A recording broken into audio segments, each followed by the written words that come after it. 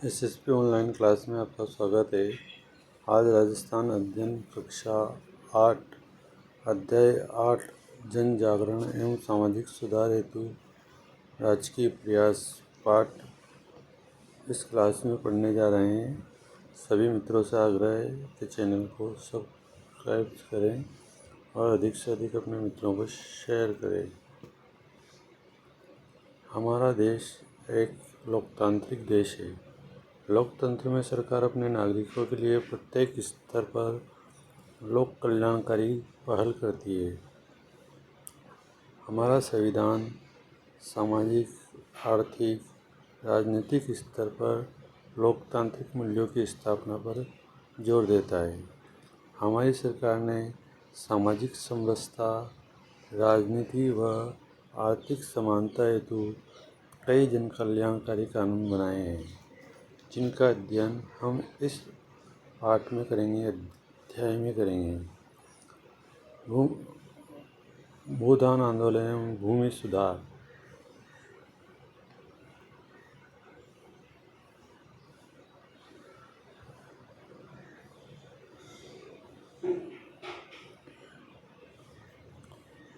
प्राचीन काल में चली आ रही जमींदारी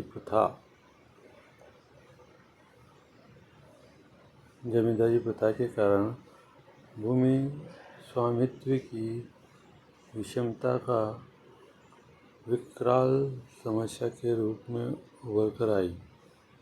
भूमि स्वामित्व की विषमता एक विकराल समस्या के रूप में उभर कर सामने आई। आज़ादी के बाद सरकार ने कानून बनाकर जमींदारी प्रथा को समाप्त कर दिया था, लेकिन कानूनों की आड़ में ही जमींदारों ने किसानों के पास उपजाऊ जमीन का हक होने से रोक दिया। जमीनी स्वामित्व की विषमता के कारण देश में कई जगह हिंसा की घटनाएं होने लगी। उसी समय विनोबा भावे ने 18 अप्रैल 1951 को तेलंगाना के एक छोटे से गांव तिरुचिरापल्ली में एक जमीन का टुकड़ा दान में देकर भूदान आंदोलन की शुरुआत की। भूदान आंदोलन की शुरुआत किसने की? विनोबा भावे ने। कब की? 18 अप्रैल 1951 को। विनोबा भावे कहाँ से बिलोंग करते थे? तेलंगाना के एक छोटे से गांव तिरुचिरापल्ली में। इस आंदोलन का मुख्य उद्देश्य जमीनी स्वामित्व की विषमता को दूर करना था। विनोबा भावे ने भूस्वामियों से उनकी कुल जमीन का छठा हिस्सा दान देने की अपील की। कुल जमीन का छठा हिस्सा दान देने की अपील की। पूरे देश में इस आंदोलन को जनता का क्या मिला? समर्थन मिला। भूदान में प्राप्त जमीन का लगभग 1/3 भाग का उपयोग समाज के वंचित वर्ग व आदिवासी भूमिहीनों में बांटने में किया गया। विनोबा भावे की अपील पर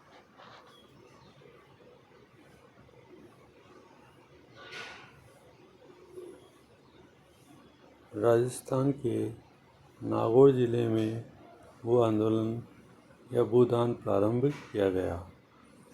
तो राजस्थान में सबसे पहले भूदान प्रारंभ कहाँ से किया गया? नागौर जिले से। राज्य सरकार ने ग्राम दान अधिनियम 1971 भी पारित किया। तो राज्य सरकार ने एक कानून बनाया जिसका क्या नाम था?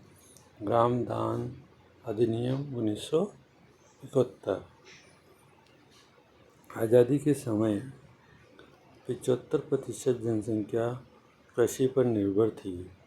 राज्य का आधे से अधिक भाग रेगिस्तानी व सूखा था। वर्तमान में विभिन्न नई औद्योगिक एवं आर्थिक शक्तियों के उदय व विकास के कारण राज्य की भूमि व कृषि पर निर्भरता क्या हो गई, कम हो गई। फिर भी कृषि भूमि व किसान राज्य की प्राथमिकता में सर्वोपरि थे, यानी कि सबसे ऊपर थे। राज्य सरकार ने भूमि विवादों में फंसी जनता को सस्ता, शीघ्र व सुलभ न्याय दिलाने के लिए किसकी स्थापना की, राजस्व मंडल की स्थापना की। प्रश्न आ सकता है कि राजस्व मंडल की स्थापना राज्य सरकार ने क्यों की। भूमि विवादों में फंसी जनता को सस्ता, शीघ्र व सुलभ न्याय दिलाने के लिए राज्य सरकार ने राजस्थान काश्तकारी अधिनियम 1955, राजस्थान भू राजस्व अधिनियम 1956 लागू किए। दो कानून उन्होंने लागू किए, काश्तकारी अधिनियम और भू राजस्व अधिनियम। काश्तकारी अधिनियम 1955 और भू राजस्व अधिनियम 1956। राज्य सरकार की गुणवत्ता सुधार राज्य सरकार भूमि की गुणवत्ता राज्य सरकार भूमि की गुणवत्ता सुधारने और पैदावार बढ़ाने के लिए सिंचाई सुविधाओं, नवीन कृषि तकनीकों और सुविधाओं के विस्तार हेतु लगातार क्या है, प्रयासरत है।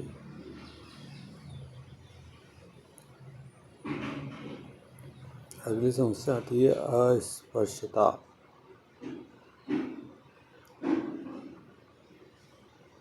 आधुनिक भारत में राजा राम मोहन राय, ज्योतिबा फुले, रामास्वामी नायकर, महात्मा गांधी आदि ने जातिगत भेदभाव, असमानता को दूर करने का प्रयास किया।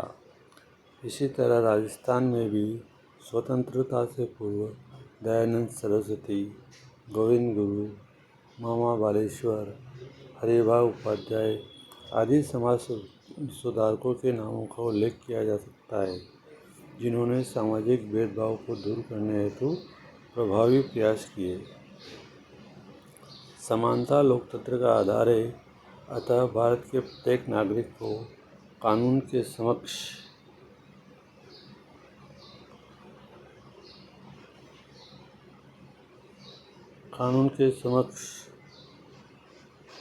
समान माना गया है और सभी को कानून का समान संरक्षण प्राप्त है। अर्थात संविधान के अनुसार राज्य किसी भी व्यक्ति से धर्म, नस्ल, जाति, वर्ण, लिंग या जन्म के आधार पर भेदभाव नहीं करेगा। संविधान के अनुच्छेद 17 में छुआछूत, अस्पृश्यता को दंडनीय अपराध घोषित किया गया है। अस्पृश्यता उन्मूलन के लिए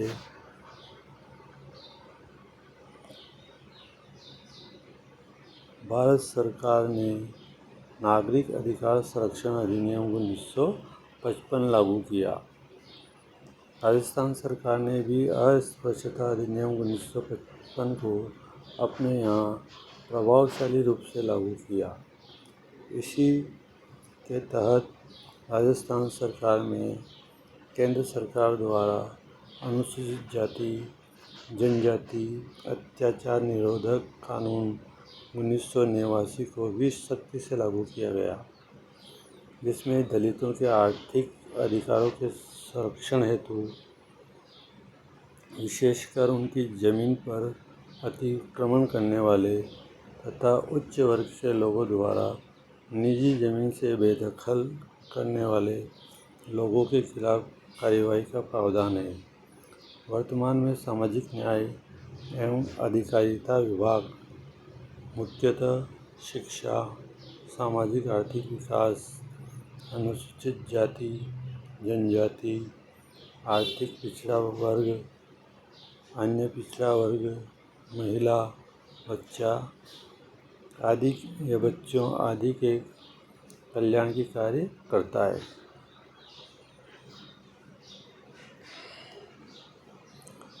महिला शिक्षा एवं महिला सशक्तिकरण। पंडित जवाहरलाल नेहरू ने कहा था कि आप किसी भी राष्ट्र में महिलाओं की स्थिति को देखकर उस राष्ट्र की क्या बता सकते हो, हालत बता सकते हो कि उस राष्ट्र की हालत क्या है। राजस्थान के संदर्भ में पंडित नेहरू का यह कथन बहुत ही प्रासंगिक हो जाता है। यहाँ के इतिहास में कई वीर महिलाओं की गाथाएं देखने को मिलती है। फिर भी राजस्थान के समाज में पितृसत्तात्मक मानसिकता, व्यवहार, रूढ़िगत मान्यताओं के चलते महिलाओं की स्थिति बहुत ही विचारणीय रही है।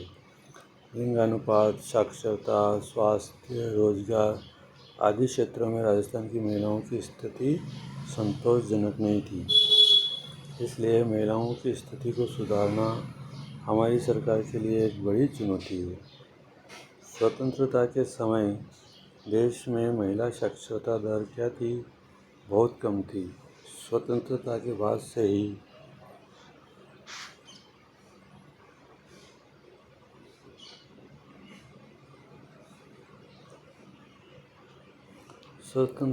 बाद से ही विभिन्न प्रोत्साहन योजनाओं के माध्यम से महिला शिक्षा को बढ़ावा दिया गया, जिसके परिणाम स्वरूप जनगणना 2011 के आंकड़ों के अनुसार राजस्थान में महिला साक्षरता दर 52.12% है। 2011 के अनुसार राजस्थान में महिलाओं का साक्षरता प्रतिशत कितना है? 52.12%, जो सन 1951 में मात्र 2.51% थी महिला साक्षरता।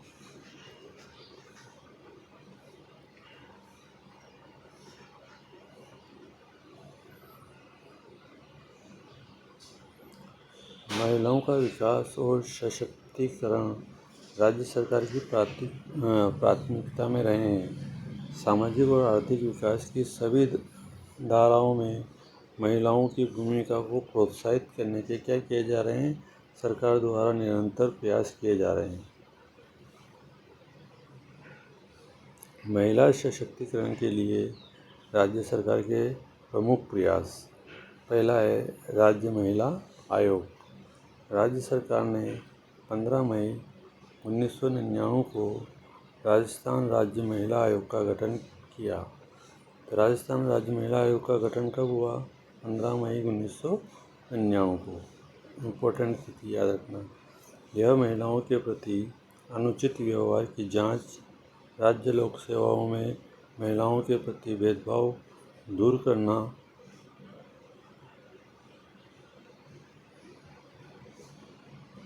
तथा महिलाओं की दशा में सुधार की दृष्टि से प्रभावी कदम उठाता है। आयोग जनता से सीधी सुनवाई, जनसंवाद, शिकायत, समाचार पत्रों में प्रकाशित समाचारों पर संज्ञान के आधार पर कार्यवाही करता है। राज्य महिला आयोग में एक अध्यक्ष व 3 सदस्य होते हैं। अध्यक्ष का कार्यकाल 3 वर्ष का होता है। महिला स्वयं सहायता समूह महिलाओं को रोजगार देने एवं आर्थिक रूप से आत्मनिर्भर बनाने के लिए यह कार्यक्रम चलाया जा रहा है। महिला स्वयं सहायता समूह कार्यक्रम क्यों चलाया जा रहा है? महिलाओं को रोजगार देने एवं आर्थिक रूप से उन्हें आत्मनिर्भर बनाने के लिए चलाया जा रहा है। इसमें 10 से 20 महिला स्वयं अपने निर्णय लेकर एक समूह बनाती है। अपनी छोटी छोटी बचत के माध्यम से स्वावलंबन की प्रवृत्तियाँ विकसित करती है और स्वरोजगार की राह पर आगे बढ़ती है। इन समूहों द्वारा निर्मित उत्पादों की बिक्री के लिए सरकार अवसर उपलब्ध कराती है। महिला घरेलू हिंसा निरोधक अधिनियम 2005 महिलाओं को घरेलू हिंसा से संरक्षण और तुरंत राहत देने के उद्देश्य से भारत सरकार द्वारा यह अधिनियम लागू किया गया। इस अधिनियम में घरेलू हिंसा का व्यापक रूप से परिभाषित किया गया। राजस्थान में इस अधिनियम के तहत महिला एवं बाल विकास विभाग के सभी उपदेशकों, बाल विकास परियोजनाओं अधिकारियों एवं प्रचेताओं को संरक्षण अधिकारी नियुक्त किया गया। राज्य के सभी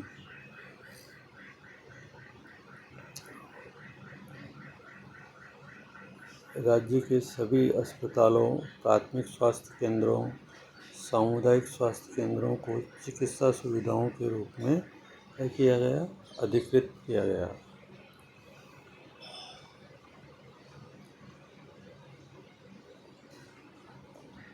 राजीव गांधी किशोरी सशक्तिकरण। इस योजना के अंतर्गत किशोरियों के पोषण, स्वास्थ्य स्तर को सुधारने, साक्षरता, कौशल विकास, सामाजिक मुद्दों पर बेहतर समझ विकसित करने का प्रयास किया जाता है। यह योजना 11 से 18 वर्ष की विद्यालय में जाने वाली और बीच में विद्यालय छोड़ देने वाली किशोर बालिकाओं के लिए संचालित की जा रही है। बेटी बचाओ बेटी पढ़ाओ योजना।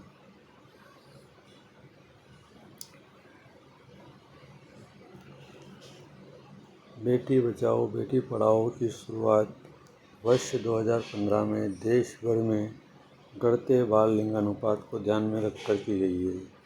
यह महिला एवं बाल विकास मंत्रालय, स्वास्थ्य एवं परिवार कल्याण मंत्रालय तथा मानव संसाधन मंत्रालय की संयुक्त पहल है, जिसके तहत कन्या भ्रूण हत्या रोकने, विद्यालय में लड़कियों की संख्या बढ़ाने, विद्यालय छोड़ने वालों की संख्या को कम करने, शिक्षा के अधिकार के नियम को लागू करने और लड़कियों के लिए शौचालय के निर्माण में वृद्धि करने जैसे इसमें उद्देश्य निर्धारित किए गए हैं। महिला सशक्तिकरण के लिए कुछ अन्य महत्वपूर्ण कानून भी विद्यमान हैं, जैसे हिंदू उत्तराधिकार, दत्तक ग्रहण, संरक्षण अधिनियम 1956, जिसमें संशोधन किया गया 2005, दहेज निषेध अधिनियम 1961, बाल विवाह निषेध अधिनियम 1925, जिसमें 2 बार संशोधन हुआ 1986 और 2006। ये महत्वपूर्ण महिला सशक्तिकरण के लिए कानून, इन कानूनों को याद रखना हमारे लिए जरूरी है, आवश्यक है। हिंदू उत्तराधिकार, दत्तक ग्रहण एवं संरक्षण अधिनियम 1956, इसमें संशोधन हुआ 2005 में। दूसरा है दहेज निषेध अधिनियम 1961, तीसरा है बाल विवाह निषेध अधिनियम 1925, जिसमें 2 संशोधन हुए 1986 और 2006। मतदान प्रक्रिया। विद्यालय में बाल संसद के चुनाव हो रहे थे। सभी विद्यार्थी मतपत्र पर निशान लगाकर अपनी पसंद के कक्षा प्रतिनिधि का समर्थन कर रहे थे। तभी गीता शिक्षक से पूछती है कि गुरुजी, क्या विधान सभा व लोकसभा के लिए भी प्रतिनिधियों का चुनाव इसी तरह किया जाता है? गुरुजी ने बताया कि अब अधिकांश चुनाव में इलेक्ट्रॉनिक वोटिंग मशीन (ईवीएम) का प्रयोग किया जाता है। ईवीएम के प्रयोग में मतपत्र पर मोहर लगाने के स्थान पर मशीन का बटन दबाकर अपने पसंद के उम्मीदवार को वोट दिया जाता है। एक ईवीएम द्वारा अधिकतम 16 उम्मीदवारों को वोट दिया जा सकता है।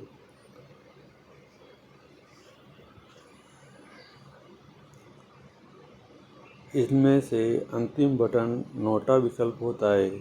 इस प्रक्रिया में मतदान केंद्रों का निर्धारण, मतदाता सूची का प्रकाशन,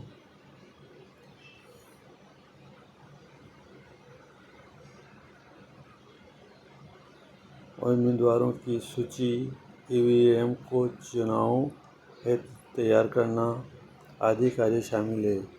प्रत्येक मतदान केंद्र के लिए जिला निर्वाचन अधिकारी कलेक्टर द्वारा एक मतदान दल का गठन किया जाता है। मतदान दल में एक पीठासीन अधिकारी एवं अन्य अधिकारी होते हैं। मतदान केंद्र में प्रवेश करते ही मतदाता के नाम का मतदाता सूची से मिलान किया जाता है। इसके बाद मतदाता के बाएं हाथ की तर्जनी उंगली पर अमिट स्याही लगाई जाती है। मतदाता रजिस्टर में उसके हस्ताक्षर करने के बाद ईवीएम की मशीन पर वोट डालने के लिए मतदान केबिन में प्रवेश करता है। मतदाता वहाँ वह ईवीएम पर बटन दबाकर गुप्त रूप से अपना वोट डालता है। इस प्रकार मतदान प्रक्रिया पूर्ण होती है। आजकल ईवीएम के साथ वीवीपीएटी का भी उपयोग किया जाता है। संबंधित रिटर्न अधिकारी अपने सम्मुख उम्मीदवार या उसके प्रतिनिधि की उपस्थिति में ईवीएम के मतों की गणना करवाता है तथा परिणाम की घोषणा करता है। इस प्रकार ईवीएम से चुनाव होता है। ये वीवीपीएटी क्या है? इसका पूरा नाम है voter verifiable paper audit trial. यह एक प्रिंटर युक्ति है। इसको ईवीएम के बैलेट यूनिट व कंट्रोल यूनिट से जोड़ा जाता है। मतदान होते ही प्रिंटर द्वारा एक बैलेट पर्ची प्रिंट होती है जिस पर उम्मीदवार का क्रमांक, नाम व चुनाव चिन्ह अंकित होता है। यह पर्ची 7 सेकंड तक एक पारदर्शी बॉक्स में मतदाता को दिखाई देती है।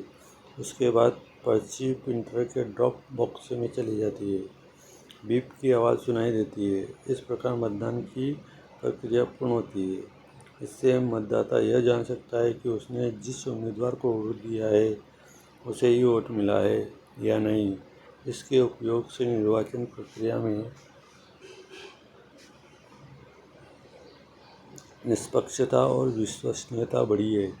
मतगणना में विवाद की स्थिति में इन पर्चियों की सहायता ली जा सकती है।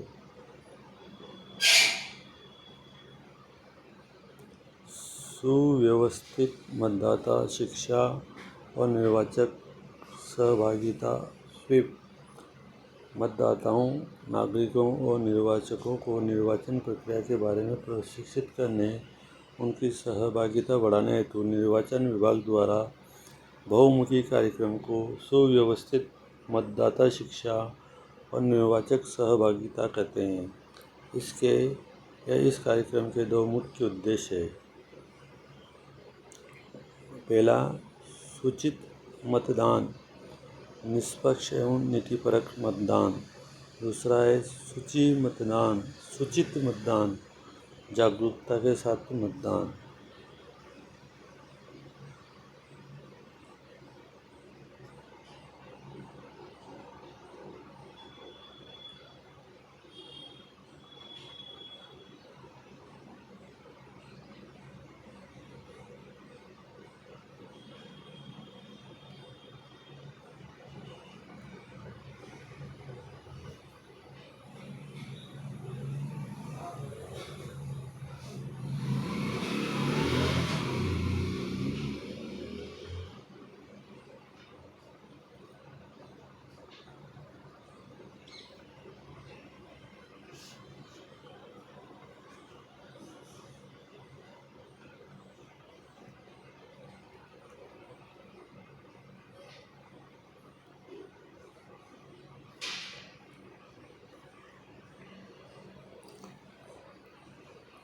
कभी कभी समाज के विभिन्न वर्गों व सामाजिक संगठनों द्वारा किसी खास कानून को बनाने के लिए सरकार से मांग की जाती है और इन मांगों के प्रति सरकार कैसी होती है?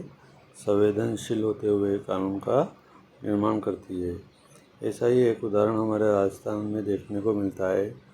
राजस्थान के राजसमंद जिले की भीम तहसील के देवडुंगरी गांव के मजदूरों एवं किसानों ने अपनी मजदूरी से संबंधित सरकारी रिकॉर्ड जैसे हाजिरी और भुगतान रजिस्टर की प्रति मांगने के लिए संघर्ष किया। इस मांग के आधार पर सन 2000 में राजस्थान सूचना का अधिकार कानून बनाने वाला पहला राज्य बना। धीरे धीरे सूचना के अधिकार का संघर्ष आंदोलन का रूप ले लिया।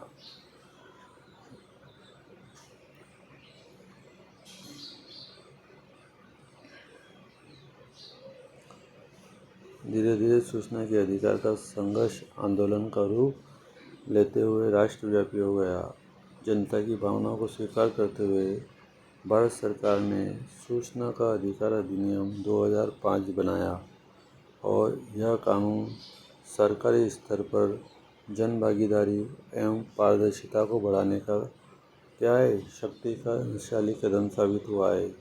इस कानून के माध्यम से आम व्यक्ति सरकार अथवा किसी भी सरकारी विभाग से सूचना प्राप्त कर सकता है।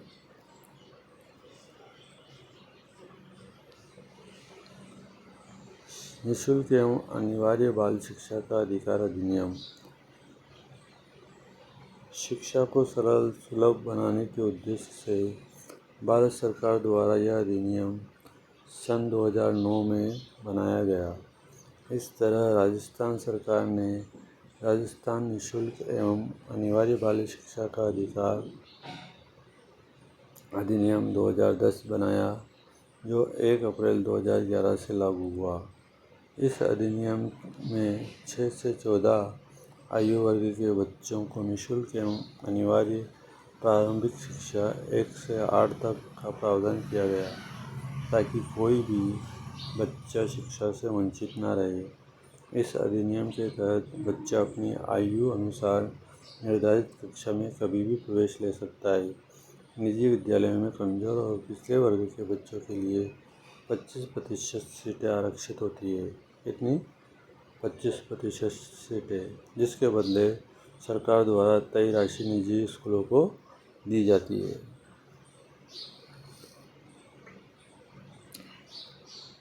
बाल अधिकार 20 नवंबर 1989 को संयुक्त राष्ट्र की आम सभा द्वारा बाल अधिकार समझौतों को पारित किया गया है। बाल अधिकार समझौता ऐसा पहला अंतर्राष्ट्रीय समझौता है जो सभी बच्चों के नागरिक, सांस्कृतिक, सामाजिक, आर्थिक, राजनीतिक अधिकारों को क्या देता है? मान्यता देता है। इस बाल अधिकार समझौते पर भारत ने 1992 में हस्ताक्षर कर अपनी प्रतिबद्धता व्यक्त की है। बच्चों के यह अधिकार 4 मूल सिद्धांतों पर आधारित है, जिसमें जीने का अधिकार पहला, दूसरा सूचना का अधिकार और तीसरा है विकास का अधिकार और चौथा है सहभागिता का अधिकार शामिल है। राज्य बाल संरक्षण आयोग एवं राज्य बाल समिति बाल संरक्षण मुद्दों की सामुदायिक स्तर पर क्रियान्वयन व जागरूकता हेतु क्या करती है? कार्य करती है। चाइल्ड हेल्पलाइन राज्य में कठिनाइयों में घिरे, पीड़ित, उपेक्षित, लावारिस, देखरेख और संरक्षण की जागरूकता वाले बच्चों के लिए 24 घंटे निःशुल्क आपातकालीन सेवा 1098 टोल फ्री टेलीफोन सेवा संचालित की जा रही है। राजस्थान में बाल संरक्षण की चुनौती जैसे बाल विवाह, कन्या भ्रूण हत्या, बाल लिंगानुपात, बाल श्रम, कुपोषण आदि के उन्मूलन एवं सुधार के लिए राज्य सरकार प्रयासरत है। राजस्थान संपर्क पोर्टल राज्य सरकार ने सितंबर 2019 को जन सामान्य की शिकायतों को दर्ज करने और समस्याओं का निराकरण करने का अभिनव प्रयास किया है। इस पर कोई भी व्यक्ति कार्यालय में उपस्थित हुए बिना समस्याओं का ऑनलाइन दर्ज करवा सकता है। पंचायत समिति, जिला स्तर पर राजस्थान संपर्क केंद्रों पर निःशुल्क रूप से शिकायतों को दर्ज कराने की सुविधा उपलब्ध कराई गई है। सिटीजन कॉल सेंटर 181 से शिकायत को दर्ज कराने और उसकी सूचना प्राप्त करने की निःशुल्क सुविधा प्रदान की गई है।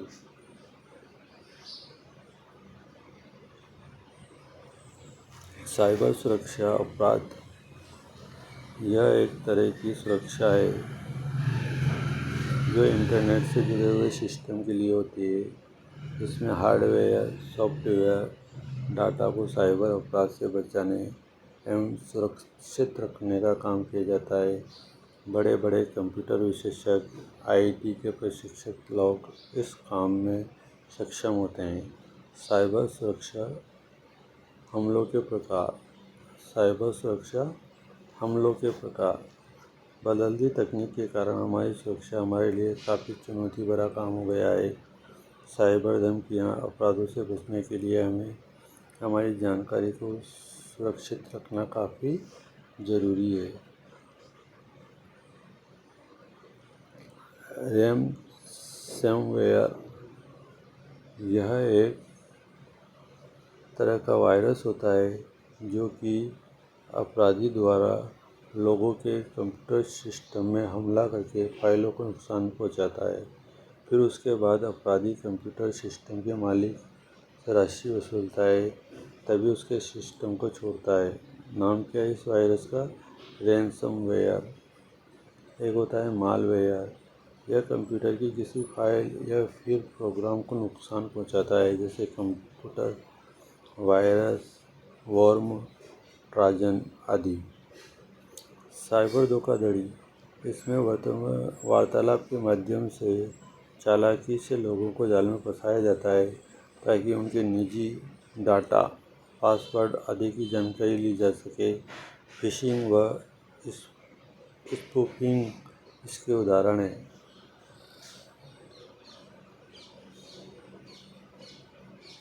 फिशिंग क्या है? यह एक तरह की ठगी का तरीका है। इसमें लोगों को प्रतिष्ठित व विश्वास संस्थाओं के नाम से फर्जी ईमेल। इस तरह के मेल का उद्देश्य जरूरी डाटा को चुराना होता है, जैसे क्रेडिट कार्ड, नेट बैंकिंग की जानकारी।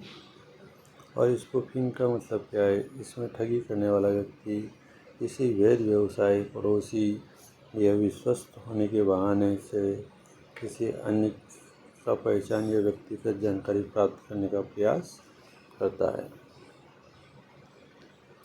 साइबर सुरक्षा के उपाय। साइबर सुरक्षा के लिए पासवर्ड, एटीएम पिन को गोपनीय रखें और समय समय पर बदलते रहें। अपने कंप्यूटर, लैपटॉप में नवीनतम एंटीवायरस सॉफ्टवेयर का प्रयोग करें। किसी को भी फ़ोन या ईमेल पर व्यक्तिगत जानकारी न दें। एटीएम, बैंक खातों से संबंधित धोखाधड़ी की सूचना तत्काल संबंधित बैंक को दें। साइबर अपराध की स्थिति में नागरिक national cyber crime reporting portal पर ऑनलाइन शिकायत दर्ज करवा सकते हैं।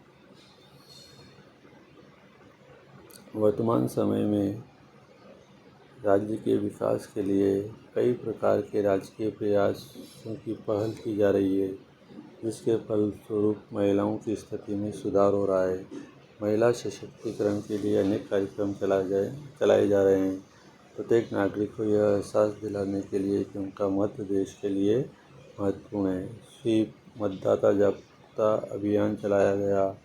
समस्त वर्गों के कार्यों के प्रति जवाबदेही हेतु सूचना का अधिकार तो बच्चों को निःशुल्क एवं अनिवार्य शिक्षा का कानून बेहतरी के लिए बनाया गया।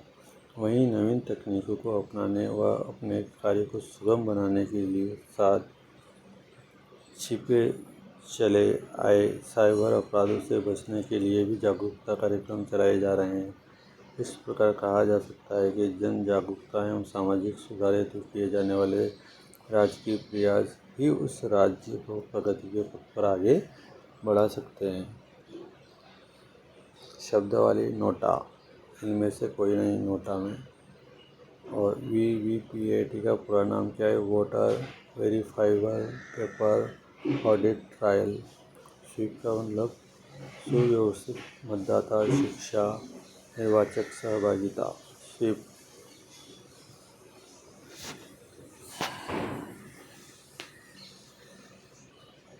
52.12%। इस प्रकार ये पार्ट आपका पूरा हुआ।